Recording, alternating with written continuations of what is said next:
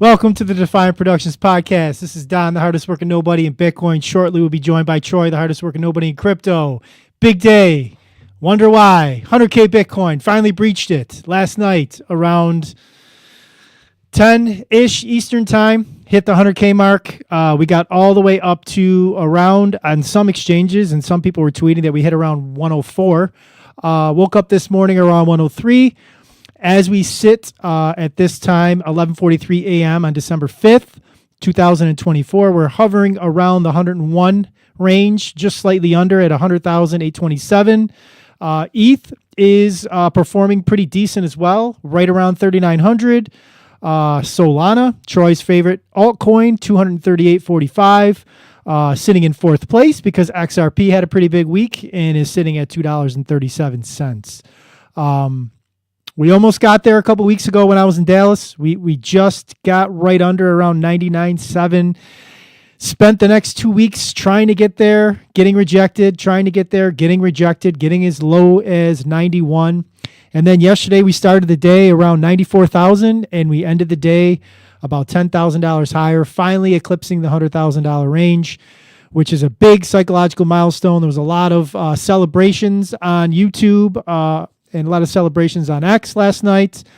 It was very hard to go to sleep, to say the least. Wild stuff. We're in a good spot here, sitting at the 100K level, looking to make that next price discovery move with Bitcoin finally getting to six figures. Who knows where this thing is going to stop this cycle?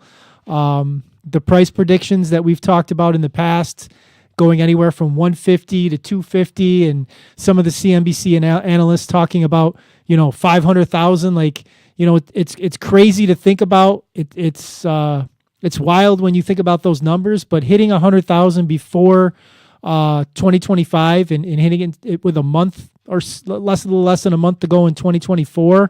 We got the rest of December to get price discovery, and then the real meat and potatoes of the bull run isn't going to be until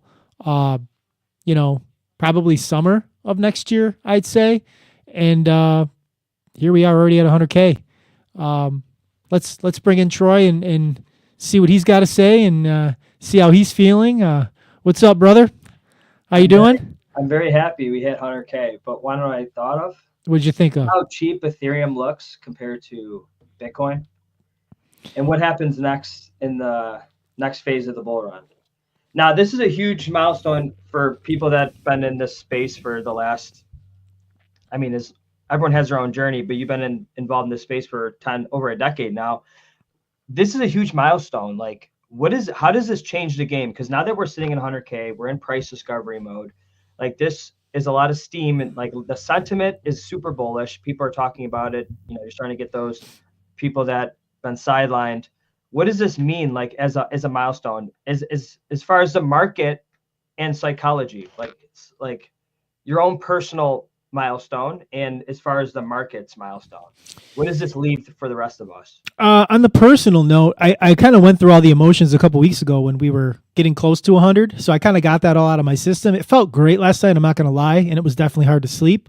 But I feel like as close as we got 2 weeks ago, the emotional aspect of that for me had already kind of happened. Mm-hmm. So the breaking of 100K, the psychological barrier, I think is more important for what it does to the rest of the world. Last night, hashtag Bitcoin 100K was trending on Twitter. It was still trending as of before this podcast. So I think you're going to see a lot of mainstream media coverage on it now that Bitcoin breached it.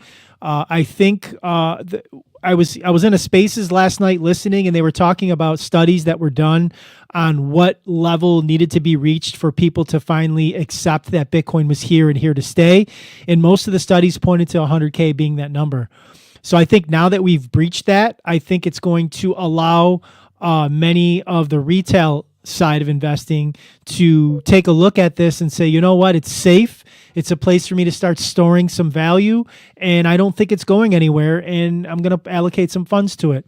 We're back over 101, 101.4, by the way, since watching the price is such a big deal the last 12 hours.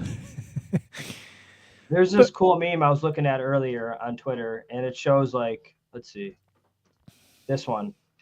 The Bitcoiners are so lucky. Like all the things, all the conviction and belief you have to have in an asset, and going through all these black swan events to make it finally get to 100K. Like it's not easy. Like it really isn't, because you have people also like in your ear, like telling you like, or to sell this, trying to separate you from your Bitcoin, not intentionally, but they just, the lack of knowledge makes people just not understand it. But like, how do you feel about this? Because we were shooting the podcast like around the FTX crash, Yep. like Bitcoin was at 15, around like 20K. Yeah.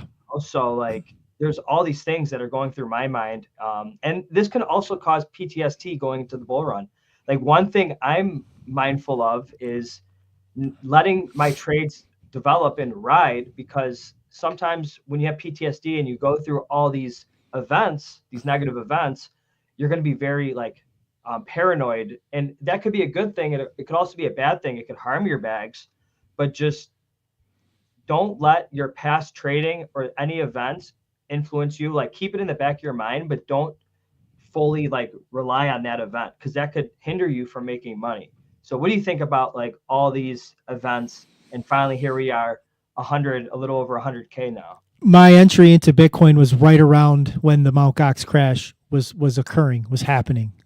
So I've been here for all 6 of these memes on this, all 6 of these pictures on this meme. Along the way, hitting 20, hitting 69, hitting the new all-time high earlier this year, hitting 100. There's always people saying, "Are you going to sell now? Now you should get out. You should do this. You should." It's like you're always going to hear that, and it just goes to show you like how difficult it is to buy a good asset and hold it. Holding is the hard part, right? Buying isn't the hard part. Once you do a little bit of research, you hit the buy button, you buy it. It's holding through all the FUD. It's holding through all these, the China ban, the ICO crash, the pandemic, then FTX, like FTX blowing up and people losing coins and the price just, free falling. And, we're filming a podcast and we're telling people how great this asset is. And people are like, you're nuts. You should have sold at 69. You're an idiot. You just watched it all drop to 20. It's probably going to go to 0. And just like having conviction to say that I know what's coming, telling others that don't believe you, even though you believe it, like being one of the very few voices in the room that's like talking to other people with conviction and belief, and everybody around you doesn't have any of that, and they look at you like you're nuts. And then you hit 100 like we did last night, and I've already had a couple of people say, how much are you going to sell, or when are you going to sell? You should get out. It's like, yeah, people have been saying that all along. They said it at 10K. They said it at 20K. They said it at 30K. They're going to say it at 150K. They're going to say it at 200K. Of course, in the people that say it the most are the ones that don't own any, right? Oh, you should get out. You should take your wins where you get them, or it's probably going to drop. And it's always going to exist. It's always going to exist. And as this thing continues its journey past $1 million a coin, which is inevitable at this point. I mean, it sounded crazy to say it at 10,000. It sounded crazy to say it at 40,000. I don't think it sounds so crazy at 100 now. That's my opinion. No, I agree. 100K is a huge milestone, and it's a huge psychological level too. So, and on the technical aspects, like there was a lot of, we squeezed a little bit past. Did you think we were going to go to like 110? Like we can consolidate a little bit around this like 103 level, but did you think we were like, when we're blowing past 100K with all the short sellers, like you have to think the people on the other side of the trade that are short it, we can get a potential squeeze here.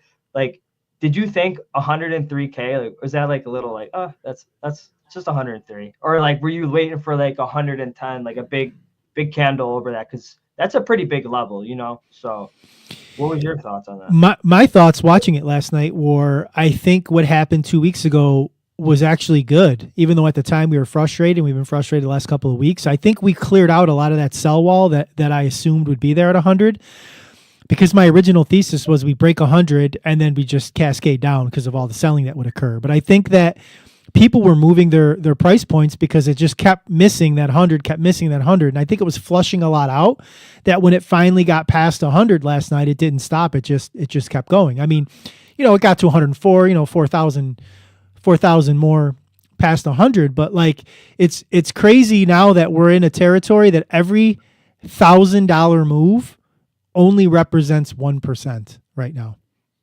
Isn't that crazy? Yeah, that's insane. When we were at 20K, 1% was a 5% move, or 1,000 was a 5% move. Now 1,000 is a 1% move. And as this asset continues to appreciate, $1,000 moves are going to be parts of a percent. Look at Bitcoin on the logarithmic curve. Like this is what adoption looks like. Like this is all the way back. This is even showing you 2009, but this is showing you the last cycle in 2017 and 2021. You can see this is from December 2014.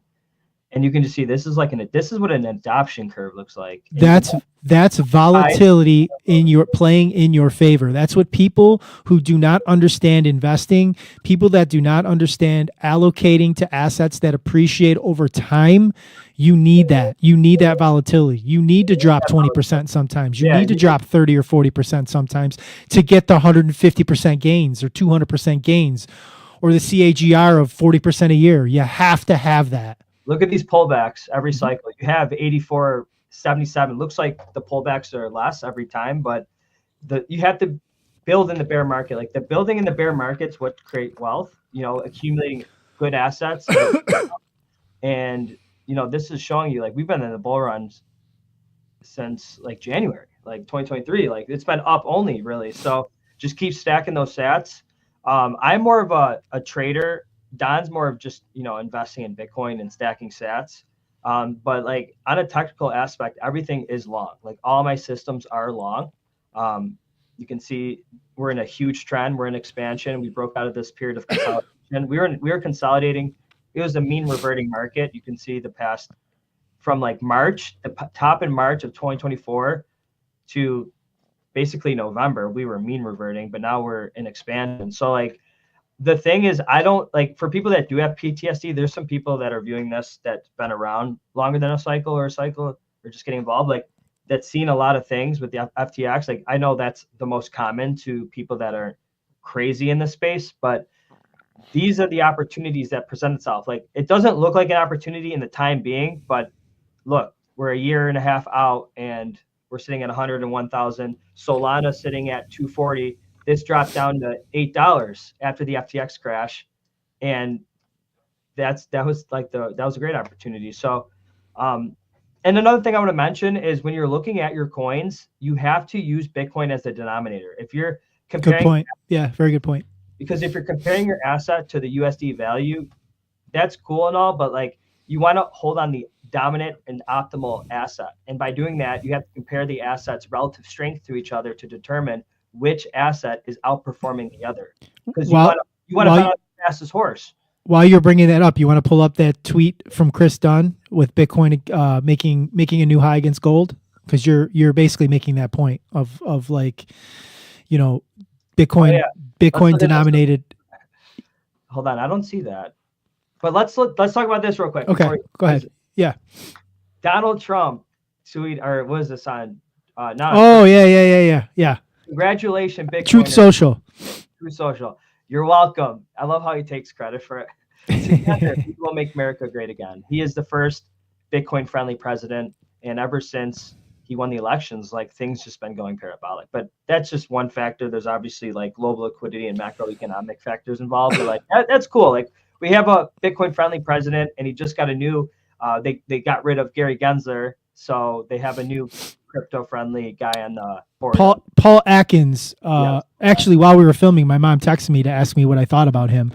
We can kind of talk about that real quick. So if she watches this podcast, she can get the information of what how I feel without me texting her back. Mm-hmm. Everything I've read is he is not anti-crypto. We don't need a guy that like loves crypto and just believes crypto is the only thing, or Bitcoin's like that. We don't need that per se. What we need is somebody that isn't just like anti without being open to hearing anything.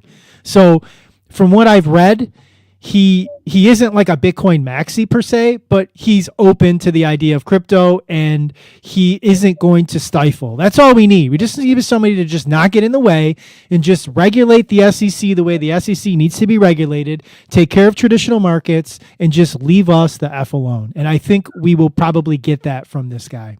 Yeah. I'm trying to look for that tweet. Who was it by? Which Chris Dunn. It's breaking. Bitcoin just made a new high against gold. Someone check on Peter Schiff. So we can talk about it while you're getting it up. I got it. I actually was going back and forth on Facebook with somebody yesterday or the day before, and they were talking about how you should diversify between gold. Like Bitcoin's good, but you should diversify between gold and Bitcoin. And not to get totally back into my story, but I came to Bitcoin through the gold and silver markets and through investing in commodities. But diversification is an illusion when it comes to wealth building. Mhm. Diversification is something that people that are wealthy do not to lose the wealth that they have. It isn't what people do to build wealth. If you're trying to build wealth, you want to find assets that are going to outperform. Elon Musk didn't diversify to get rich. Mark Zuckerberg didn't diversify to get rich. Bill Gates didn't diversify to get rich. They went all in on a product or an idea and then diversify after the fact when they have millions or billions of dollars. So if you would have diversified with gold and Bitcoin from 2014 until today, in 2014, gold was trading at about $1,100 or $1,200 an ounce. Today it's trading at $2,800 an ounce. You would have got a 1.5x. If you would have diversified in Bitcoin, all the gains that you would have lost in Bitcoin putting in gold, why would you have done that? You're going to get 100, 200, 300, 400x in Bitcoin and get a 1.5x in gold. So every dollar that you diversified into gold and not into Bitcoin, you lost about 300x. I can't think Or of more. one thing outside of the crypto markets that actually outperforms Bitcoin. Real estate, Nothing in the last 10 years, nothing has. nothing. Bitcoin has outperformed every market from 2014 to 2024. And in my opinion, I feel when we look back from 2034 to 2024, it'll still be the same Mhm. because we are on the cusp of mass adoption. We still don't have mass adoption penetration. Yeah. We need a lot more use cases. Like, for example, I was looking at this project, and this is a little bit like for like people that are tech savvy. It's called AI agents. Have you heard of it, Don? What is it? What is the A lot of the use cases for cryptocurrencies, I feel like most people can't comprehend what it's going to be. Like these, and I think every bull run has a narrative. So like in 2017, we had the ICO craze. is it a coin? No, it's Okay. AI agent. I'll explain it. So in Okay. 2017, I know this is a little off track, but 2017 we had the ICO craze. 2020 we had NFTs and metaverse, Yep. Yep. and I believe what we're going to have in 2025 is something called an AI agent. Okay. And I have that this right here, and this is cool. So they're little agents, they're little AI agents online. So I can go to my. Let me stop sharing my screen real quick. Let me explain to it like to a 5-year-old because you can. We got a comment. We got a comment on Facebook real quick too. I want to address if he's still watching. Jim Yeah. Palmieri, what's up, Jim? He said Nvidia is the only thing that comes close to performing to Bitcoin. I would tend to agree. Nvidia has been on a nasty run, and it's definitely had a high performance. And I think if MicroStrategy wasn't doing what MicroStrategy's been doing, Nvidia would be an even bigger story. But I think MicroStrategy's taken a lot of the shine away just because of what Michael Saylor's doing and how it's correlated to Bitcoin. But Nvidia is a good point out in regards to returns. Yeah. Good point. So these AI agents, dude. Oh yeah, he's a mattress guy in the Falls too. So if you need a mattress, go see Jimmy Mattress Guy in the Falls. Give him a plug real quick. Yes, sir. Okay, So go these ahead. AI agents are like, so there's these, they're like little NFTs that perform tasks on the internet. Like they could like trade for you. They could make TikTok videos. They're actually even taking over crypto Twitter, and you can invest in these like little things. And it's just like they can trade for you. It's I can't even comprehend it with my mind yet. It's something I'm just looking into. This is just a narrative that I think is something to keep an eye on. I wouldn't invest in these things unless I had a true understanding of what these are. But I can put the links in the comments below on like more about these AI agents. I'm not endorsing these projects. It's just something that I thought was cool because I'm thinking like, what's a cool narrative that's different? Like everyone's used to like layer 2 blockchains, another L1, another decentralized exchange, another perp trading platform. Like this is something different. This is something that really caught my eye, and I'm interested in learning more about it. But How do you get exposure to it? So if you look right here, it's called, this is one project. It's called virtuals.io. And I'll show Okay. you. Can you hear my screen? Can I hear your screen? Yeah. I can't. I can't hear anything. No, I can only hear you. So, so there are agents like that are online that create real revenue, and you can invest in these AI agents. So you're basically owning like an AI like little person in your screen. It's the craziest thing I've ever seen. I know it sounds, but the metaverse was crazy. So Yeah, I think true. this is has to do with like metaverse, but also AI, and it's taking over the internet. Like I see it all over crypto Twitter. Like imagine they'll like do like real time updates on like everything. You're not relying on like a mainstream media person like doing the articles. Like these are just strict daily information that's coming in real time, and it's going right to Twitter, and it's just all AI powered, or these AI trading bots that are trading for you that are outperforming you or anyone else. Like it's something to look into. I don't want to spend too much time on it, but Okay. Yeah, narrative. it's interesting. I have to take a look Yeah, at yeah, it. cool, awesome. Moving on. Mm-hmm. Take a look at this. Bitcoin Ooh, surpassed juicy, juicy. silver, but you can see gold, there's not a screenshot, but gold is up there. Shout out to Luke Broyles who tweeted this too. He's a hard working dude in the Bitcoin space. Yeah, He's always posting on YouTube videos. He's got a good X. He in my opinion is significantly underfollowed. I think he only has like 10,000 YouTube subscribers and something around that and he produces constant content. The quality isn't super high, but the content and the information and the knowledge is, and I think that's much more valuable. He's an example of people that should be winning harder in this space, and I think eventually he will. But to go ahead, you can kind of share what the tweet is about. yeah. So Bitcoin doubled in a few months, now 100,000. Next time Bitcoin doubles, it will surpass Apple and become more valuable than any company in the world. And it's slowly making its way up there. It's number 7. It's Yeah, right behind Sure. Alphabet, and it's less than 100 million away from Alphabet. It's about a little more than 200 billion away from Amazon. Yeah, man. How could you look at this and just not like still be skeptical of Bitcoin? You know what I mean? Like, Well, yeah. We can talk about this because I think the thought that I'm going to have kind of goes into it. You want to go to that Hawktua one that I didn't even ask you. I didn't ever got a chance because we were talking about other stuff. Did you watch any of this last night as it was going on? They actually had a Spaces, and CoffeeZilla was grilling her in a Spaces. There's actually on Polymarket a bet that she goes to jail by the end of the year. The odds are high, I think my thoughts on this really quick before we get into it. My thought is that she got taken advantage of. I'm not saying she wasn't trying to make money. I'm not saying that she didn't go into this thinking she was going to make a ton of money, but I think the developers of this coin used her as the front person, and I don't think she really realized what was going to happen.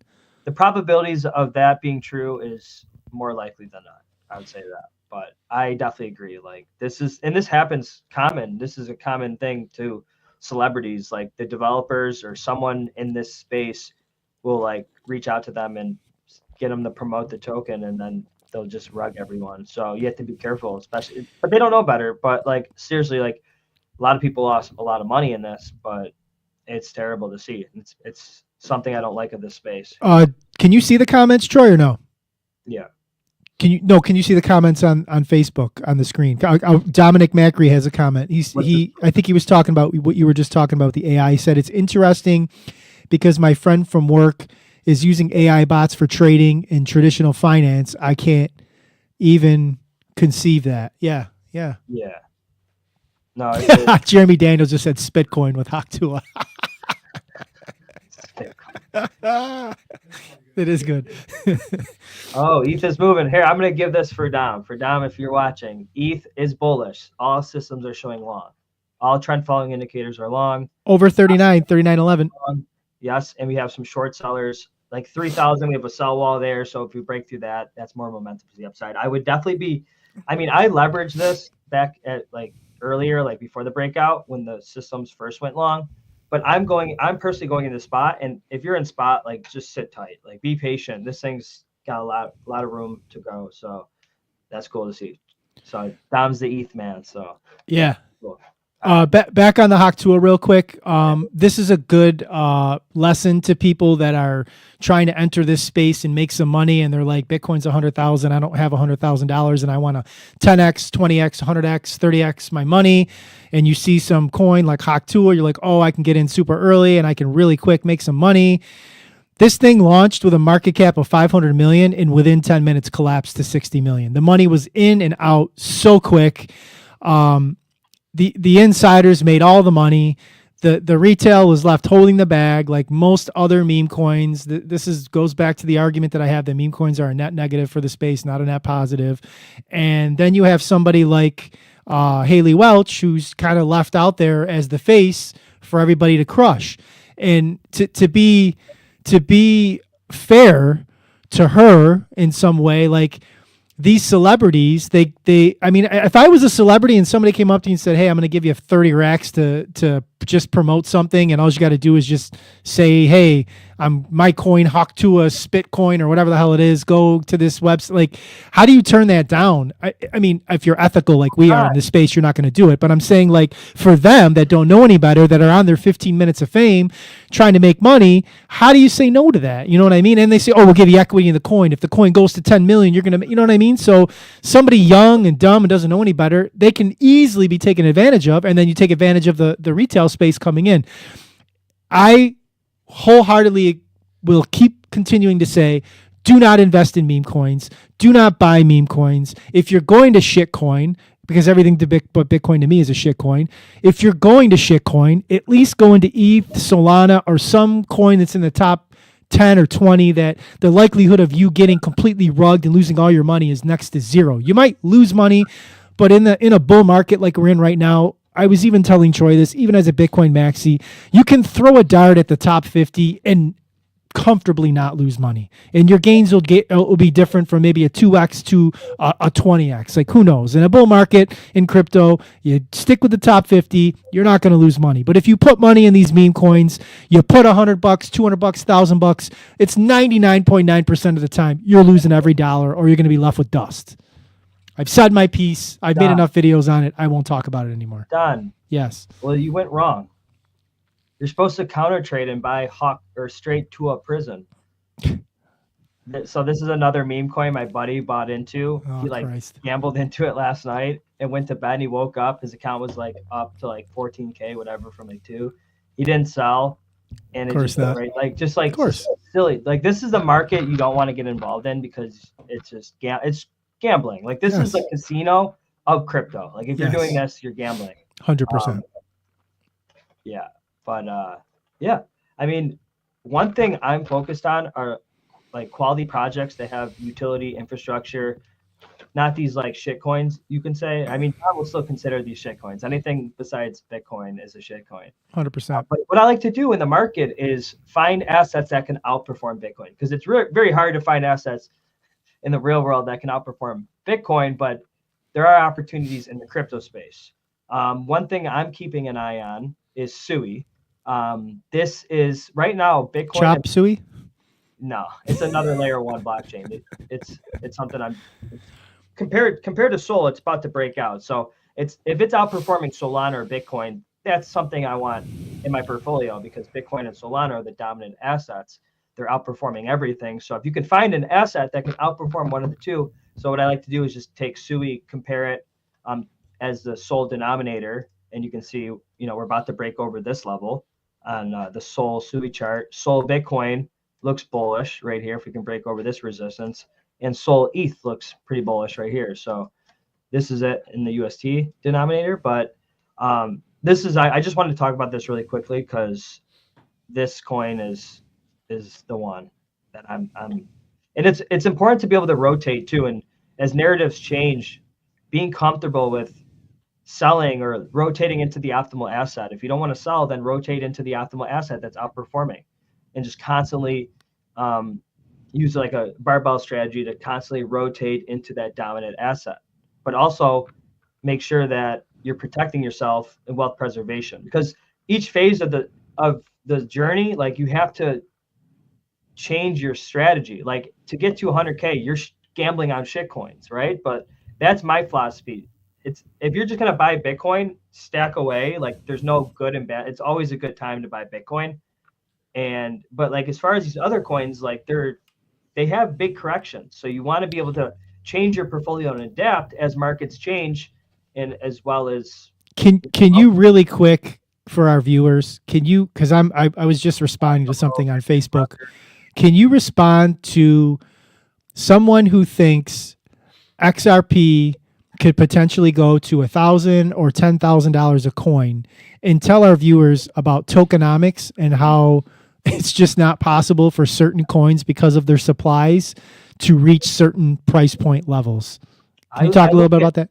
I mean, I kind of look at XRP as like it's more centralized. I'm just using that because that was the coin we were talking about, but you can talk about any coin because it's basically. mainstream. Yeah. But XRP is more centralized. Like they have Ripple Labs, similar to like how Ethereum has the Ethereum Foundation, but Which is shit to me. percent of the supply is being held by developers. Like it's just like, and the token supply, it doesn't make sense. Like realistically, like this could go up. Like honestly, looking at the logarithmic curve of this, like every time it breaks a high, it does numbers. But and I'm not bearish any crypto really, unless it's like a meme shitcoin. But I mean, XRP is something I'm not going to hold because it's not optimal. Like it might be outperforming certain assets now, and I don't think it's not going to. It'll still might go higher. That's fine, but it's Like, not something I personally want to hold. From $2.50 to $10 is a huge move. That's a 4x. Yeah, There's 100 billion coin supply, so you're talking about a $400 billion move. Yeah. Like that's big. But you're not going to get $1,000 a coin of XRP based on its market cap of 100 billion. And Dominic just said the same thing. Like people thinking Shiba Inu is going to get to $1. Like you got to study. If you're going to get in this space and you're going to start investing in crypto, one of the first things you better damn sure understand is tokenomics. Because if you don't understand tokenomics and you come in with these unrealistic expectations while you're shitcoining, you're going to get crushed. Yeah. And a perfect example of tokenomics is looking at the market cap of Solana. So technically, Solana still hasn't broken its all-time high. I think it was like 259. We hit like 260. So like, technically, like if you're looking at it in the price, here, let me take out the logarithmic. This is the Solana chart if you're looking at the market cap because it's an inflationary token. You know, like it's already broken its all-time high if you're looking at the market cap, but the tokens, the USD value hasn't broken its all-time high. So you have to keep that in mind too. I'm still bullish Solana. I'm still holding it. But these are things you have to pay attention to because they're creating more Solana at a faster rate. It's got 6% inflation. You're holding this token. You don't realize you're losing 6% a year. You want to make sure that your inflation's outperform or your appreciation on the assets outperforming inflation, stuff like that. So that's something to keep in mind too.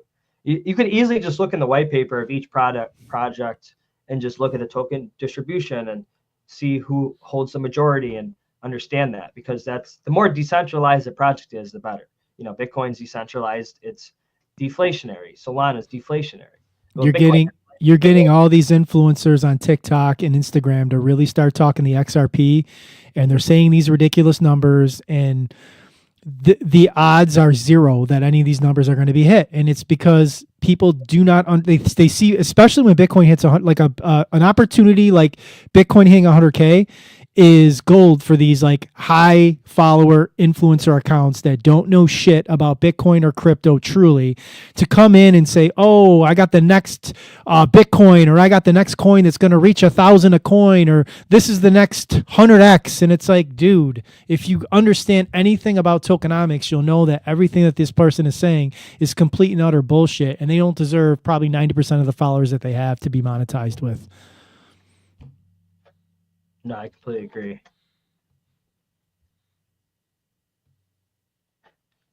So I like to also look at the others D because especially for the altcoin shitcoiners that like to speculate on altcoins, you can see this right here is bullish. I have to adjust my indicators to be coherent with my chart, but right now we are long. Others D is long. And that's a good thing to see. Bitcoin dominance is actually decreasing too. And this is this is almost going short too. So keep an eye on that because that always is good to see for our shitcoiners. 54.55 at the current Nasdaq moment. is absolutely insane, all-time high. One thing I also want to talk about is MicroStrategy. Let's take Yeah. a look because I haven't looked at that stock in a while. I think I saw on Twitter it was down open, which was kind of crazy. Yeah, no, it tapped. I think like pre-market hit like 543, which is insane. But this was a good trade right here over this breakout. So, and I mean that's a significant move even to where it's at right now. It's Where's it sitting at right now? 120% over that breakout. It's at 395. What did it open at? Is it down or is it up or down today? Let's see. Right now it is down 2%. Wow. It's kind of surprising. Dollar, we still want to see the dollar start to break out. Now this is like looking at macro correlations. Like what do we want to see? We want to see the bonds. We want to see the US dollar start to decrease a little bit. This has been strong. Let's see what gold's at.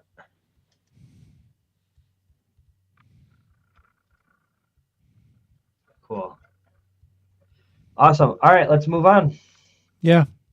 Everybody wishes they bought Bitcoin earlier, but that's pointless. That's a pointless thought because there's 0% chance they would have held onto it all through all the ups and downs. And that kind of goes into that one meme we were talking about in the beginning of like all the conviction and belief you have to hold through those pullbacks. There are so few people that have Bitcoin at less than $100 that still have it. Like, people just don't understand the amount of like mental capacity, emotional capacity that it takes to hold this asset through all the volatility. And especially when it was the riskiest. It was way more risky to buy Bitcoin at $50 than it is to buy it at 100,000. I know for some people it's hard to conceptualize that, but that's just the facts. Like, look at this comment right here. Everyone thinks I'd buy it at $1 and hold on to it to 100K. Like, imagine buying Bitcoin at $1, putting $1,000 in or 100 and holding it to like. Yeah. Very few people in the world are going to hold on to that. That's an insane return. It's almost nobody, and you can see it on chain. Like the amount of people that have held for 10 plus years is just like so few. I mean, we can talk real quick about like my personal Bitcoin holdings. I believe are very modest, but my holdings right now put me in the top 6% of all Bitcoin holders in the world. You know what I mean? Mm-hmm. And by USD terms, I wouldn't consider myself rich today. Like the USD value is something that I never thought I would have had 20 years ago in one account, but I'm not a multi-millionaire super rich. Like I have more Bitcoin than 94% of the entire world. That just period.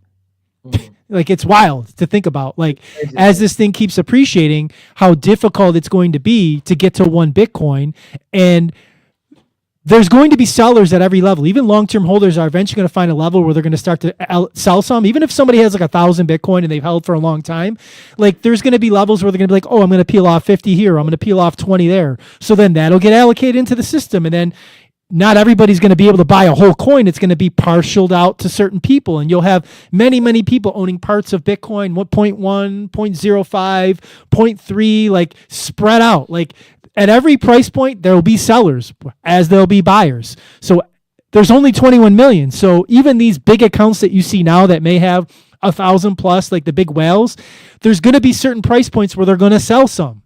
It's just going to happen. And it'll get reallocated, and it'll be less and less, and it's just going to be wild to see like what it takes to be like in the elite class of Bitcoin as this thing continues its journey.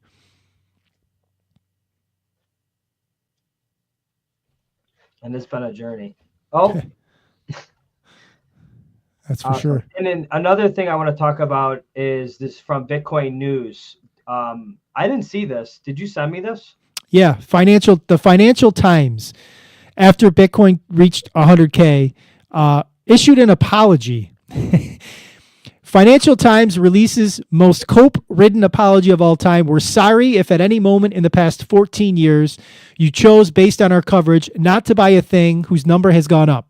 It's nice when your number goes up, and we're sorry if you misunderstood our crypto cynicism to be a declaration of support for TradFi, because we hate that too. Right, this is not real. This is a joke. This is funny. It's funny, but there are a lot of traditional finance outlets that have been shitting on Bitcoin for a long time and have, I don't want to say steered people away, but have definitely made it more comfortable for people that didn't believe in the asset to just disregard it.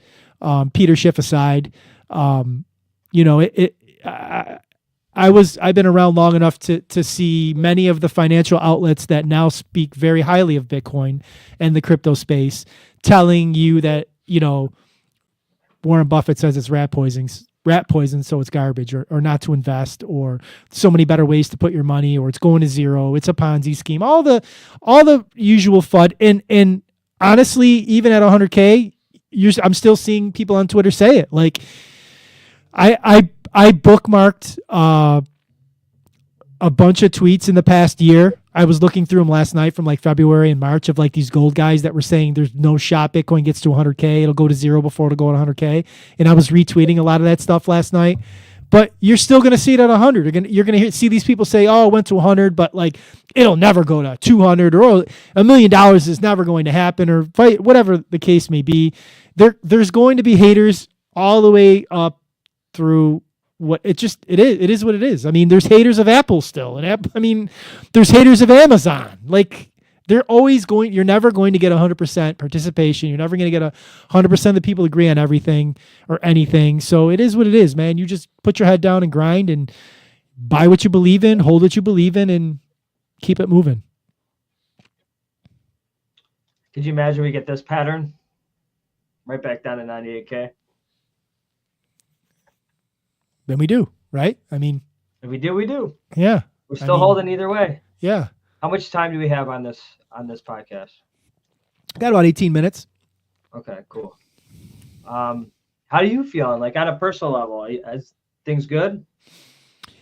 Yeah. I mean, it's all a numeric thing right now. Like it's exciting because we're experiencing a psychological barrier being breached. We're experiencing what I believe we'll look back at as a moment in this space that a lot of people are going to point to as the time where people said, hey, maybe I should start to take a look at this thing and start to do the research. And last night, maybe a catalyst for a lot of people to go down the Bitcoin rabbit hole or be open to somebody like me or you or somebody in the Bitcoin space to orange pill somebody that they haven't been able to orange pill in the past. So I think a lot of that is more of like a sentimental milestone or a opportunity milestone than it is like, oh, something's really changed. I don't think too much has really changed. I mean, what's the difference between 98K and 103K?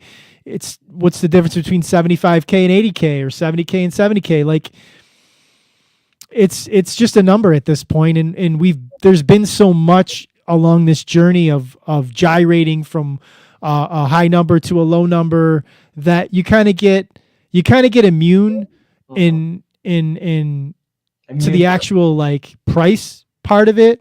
Yeah. But the human aspect of it is the stuff that is exciting, like knowing like what it represents. Like when you hit an new all-time high, or you get past 100K, or the ETFs get approval, or you see Michael Saylor make another purchase, or somebody who was a Bitcoin hater all of a sudden tweets that they're buying the asset, or like those things are cool, and emotionally they make you feel good and stuff like that. But you know, say it once, I'll say it again. If you're using emotions to guide you in your investing, you're doing it all wrong, dude. Like the emotions are fun to look at things and to reflect.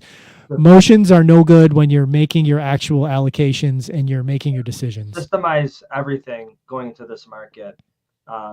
Excel spreadsheets, documents, like anything to keep you organized, and make it worthwhile, make it worth the right investment. But yeah, 100K is cool. Like it's something to celebrate. Like a bunch of Bitcoiners, everyone in crypto. Like I know people that are in crypto that don't even own Bitcoin and they're celebrating 100K. Yeah. This is a huge monumental moment for us, and this is history, like believe it or not. But I mean, I'm excited. I think this is good for retail, and like we are retail, but like mainstream media retail, like everyone's talking about it. I think this is hitting headlines. People are soaking it in. They're coming to the Bitcoin um, categories or like the rankings, and they're going down the list, and they're like, okay, what can I buy? Thinking that they're gonna hit 100x, but be realistic with your goals, systemize everything, and be patient with this. Like Don's been in this for a long, long time. Building conviction in something takes a long time, thousands of hours.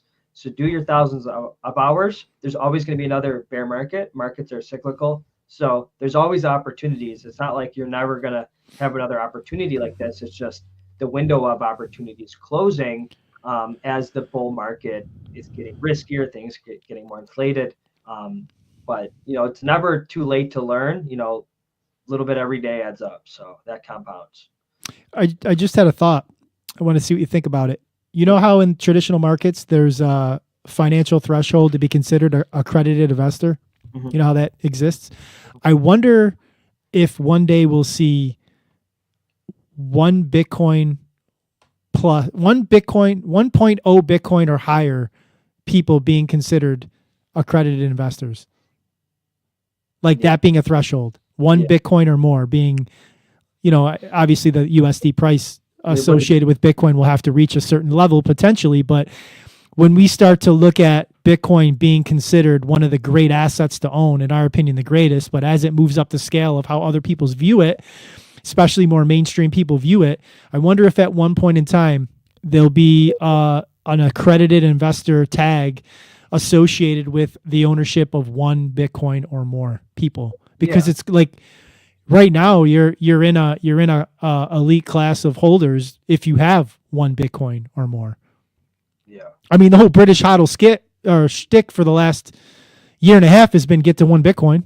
Yeah, it'd be cool to see more products come out with stuff like that, like being able to take your Bitcoin and use it as collateral for an app or a DApp that is reliable. Like for example, Uniswap. Like I really like how Uniswap did this. It's a decentralized exchange built on multiple chains, so you can swap into tokens in and out, liquidity pools, whatever.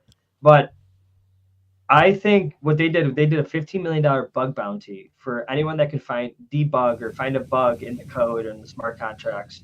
And that gives trust to people, because if you're willing to give $15 million for someone to find a bug, and you'll pay them if they find a bug and they can't, like, that's giving you trust in that product. So you'll be able to more likely to use that, connect your wallet, your keys to that to transact on that.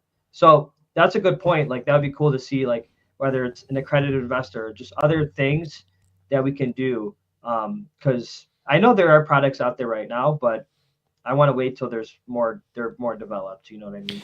Yeah, and I know that Michael Saylor has talked about his desire to build a quote unquote Bitcoin bank, or to be a place where Bitcoin lending can exist. So the ideas are out there. I know there's people definitely behind the scenes now that are trying to build those products that can be as trustworthy as going to a bank, putting up collateral in the traditional markets and getting liquidity and cash flow to do those types of things. In the having the private keys and all that kind of stuff is definitely going to be a funny area that people are going to have to figure out in order to make these products trustworthy to people to put their Bitcoin, quote unquote, at risk in order to do that. And I think eventually we'll be in a place where they do exist. I don't think we're there yet. I don't think there's really a product out there that I would completely trust to do that right now. Maybe I'm wrong. I know that there's people that are doing it and they feel comfortable with what they're doing, but I don't think it exists yet to the capacity where I would feel comfortable utilizing any of those services You just have an to AI grab agent liquidity. do it for you. You said what? You just have an AI agent do it for you. Yeah. No, the portfolio management is a AI agent, and then you can buy the AI agent that does it. It's cool. I'm wondering how far away we are from like the traditional markets, or the traditional finance role, the CFPs and all that will have a certification or designation of where they specialize in Bitcoin and crypto, because they don't really have that yet. It doesn't exist. Just ask me. financial advisors cannot give advice on crypto. I can speak from, personal knowledge on that. You're not technically in the role of financial advisor allowed to give advice on buying or selling, or can even put somebody in a product of Bitcoin or crypto yet. What about that Ethereum Bitcoin flipping? Never happening, buddy. You're dead on that. You're dead. You're lucky that we called it even on that with the other bets that we made. You're dead. Dead in the water. Although to be fair, I will say that I think the likelihood of ETH doing a 3x from here is way higher than Bitcoin doing a 3x from here. Not to say that Bitcoin can't do a 3x from here. I'm just saying that ETH getting to 12K is probably a little bit higher of a likelihood than Bitcoin getting to 300 from here. Probably, I would probably say, just because I think ETH hasn't had its run yet, and it'll go hard and fast, and people feel more comfortable putting 7,000 or 8,000 into something than they do putting 200,000 or 300,000 into something. Yeah, just look at the ETH Bitcoin ratio chart and just know this is definitely not going to be flipping anytime soon. But it was fun. Well, it was a fun idea. I think it was born from a place of just not really completely, not you personally, I don't think, because I think you've gone along this journey much better than most, but of not really understanding what Bitcoin really was and really represented, and why there's just a drastic difference between what Bitcoin is and what Ethereum is, and basically what everything else is. I think it's just coming to the realization of what the asset is, to know that there's just no chance that anything else will ever compete on the same level, because it can't. Like you have just the perfect storm of just like Satoshi not being here, not being around. Like you talked about earlier with XRP, you got a foundation with 40% of the supply. You got the ETH Foundation with Ethereum. You got like all these centralized players that work behind the scenes and founders with Hoskinson's with ADA, and Justin Sun with like there's just so many things in alternatives and risk you have to worry about with all these other coins that do not exist with Bitcoin. It's truly centralized. People can say, oh, well, MicroStrategy's got 400,000 coins and BlackRock has, which technically BlackRock does, and they have it on behalf of their clients. But you can say that like these coins are in like certain spots and stuff like that, but they have no control over the protocol. Yeah. They can have momentary or slight, the price can move based on certain things that they do, but the protocol doesn't change. Eventually, it all comes out in the wash. Yeah, no, for sure. I was looking at this on Twitter, how the German government decision, they sold 50,000 Bitcoin at 54K. Yep. A few months ago, costed them $2.4 billion in missed profits. I don't understand. I don't get that. Like, why would they paper hand? Well, for a country, real version said paper handed like amateurs. For a country that allowed Hitler to come to power, kind of par for the course. Yeah. You want to end on my tweet? You want to throw my tweet up on the screen that I put up last night? Let's pull up the Don Rinaldi tweet. Let me share the screen. Share screen. Don Rinaldi. The Bitcoin community, or you can read it. Yeah, so we got Vince Carter doing his epic one-hand dunk from the All-Star game back in the day, and I put the Bitcoin community as a collective right now on all the haters we had to watch and listen to or tweet that 100K was never, ever going to happen for all these years. And then you got Vince Carter dunking on him. And it's got over 12,000 views. I got like 38 likes, a bunch of retweets. Some people commented underneath. It's just basically what I was feeling at the time. I tweeted it at 10:35 p.m. last night, shortly after we hit the 100K. And it's really just what has been going on for the past decade, and people hating on it, saying it's a Ponzi scheme, saying it's going to zero, telling us that we should sell, that take your wins, take your money, your USD, valuing fiat over Bitcoin, and telling us gold is better, telling us that silver's just like all the years and years of all that. And I just epitomized that in one quick tweet with Vince Carter Dunk to basically let people know that Bitcoin's here and it's not going anywhere. And everyone gets Bitcoin at the price that they deserve. And you either do the work and you understand and buy it, or you take the risk, take the dive, and then do the work after to hopefully help you hold on to it. But some people get Bitcoin in the hundreds of dollars, some people get Bitcoin in the thousands of dollars, and some people are going to get Bitcoin in the hundreds of thousands of dollars. And one day, some people are going to get Bitcoin in the millions of dollars. And that's just how it is. It's just the facts. Anything you want to say before we head on out of here, Troy? Yeah, I just want to say the famous quote we end every podcast with. What could that be? Verify. Ladies and gentlemen, 100K Bitcoin. 100K Bitcoin. Don't trust, verify. See you guys next week. Thanks for all the support, guys. Peace. Thank you.